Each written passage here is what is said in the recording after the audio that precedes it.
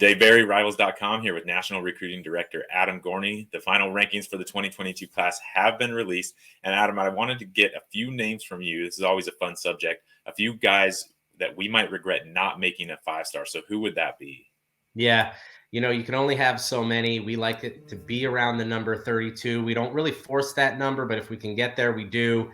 But, you sometimes feel bad for 33, 34, 35. There are definitely guys down this list as you look at the Rivals 250 who can make an argument. There will absolutely be guys that outplay their ranking. Harold Perkins is one that we flip-flopped on as a 5-star, a 4-star. He played running back all week at the Under Armour game, which is a little unfair to him because he is going to be a linebacker. He is definitely one that should remain in the 5-star discussion or should have. There are two quarterbacks that I really like. Ty Simpson and Connor Weigman. Now, I know Weigman didn't have the greatest week at Under Armour until the game, but he is really just a talented kid who's going to an offense that should really fit him, and he's going to be surrounded by a lot of playmakers and a massive offensive line at Texas A&M.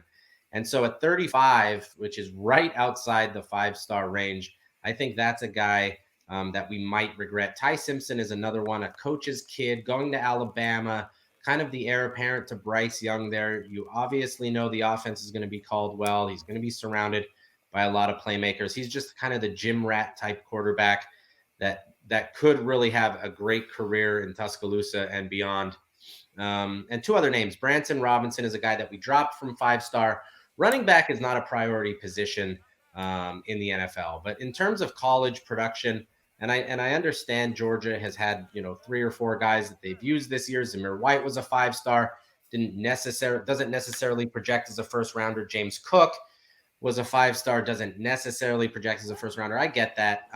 The comp for Branson Robinson is Nick Chubb, and I get that too.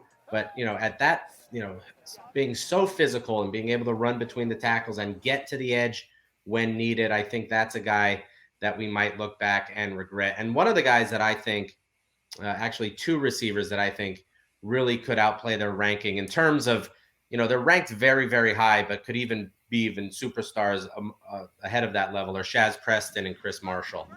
Shaz Preston is kind of the quiet receiver who just goes out there and goes deep and catches everything and should be really phenomenal in Alabama's offense. Chris Marshall is that athletic, kind of yapping, talkative, competitive, 6'3", 6'4", high points the ball really well, gets down the field, is going to be a huge target in that Texas A&M offense. So really one of the hardest things during these rankings calls is making sure that we're not, missing someone obvious that should be moved into that 5-star range. Those are some of the names that were discussed and some of the names that we might regret in the years to come.